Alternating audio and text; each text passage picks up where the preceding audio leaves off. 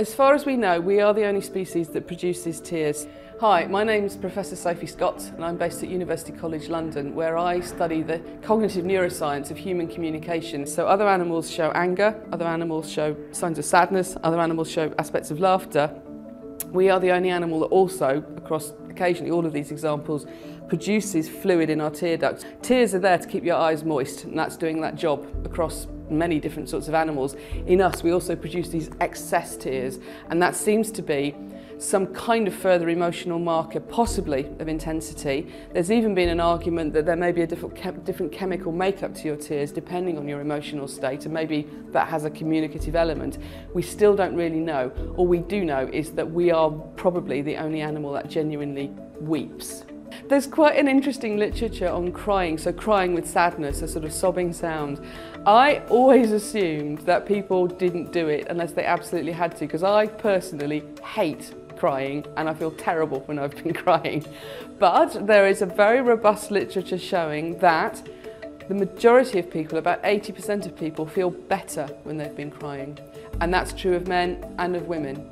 And it seems to be something people will do to make themselves feel better. They will do that to improve their mood. Now, I find that absolutely unbelievable because I'm off for about a day if I've been crying. It just ruins the rest of the week for me. But data's data, and I have to accept that people who try and hold it back and not do it may actually be the ones who don't like crying, and the rest of the world is full of people who actually get a good feeling from crying. We do also know that cross-culturally there are big variations in how much different cultures cry. So in our culture in the UK right now, we don't often see people crying. We particularly very rarely see adults and men crying. Now that is quite a recent development. If you go back 150 or so years, crying wasn't just a more common behaviour. It was appropriate behaviour in many different situations, but in fact it was a sign of sophistication and emotional ability in men. So a man who cried was a man who had sort of genteel emotions and who could feel pain in a civilised way. So that's gone, and if somebody shows any sign that they're crying in public life nowadays, we tend to really freak out.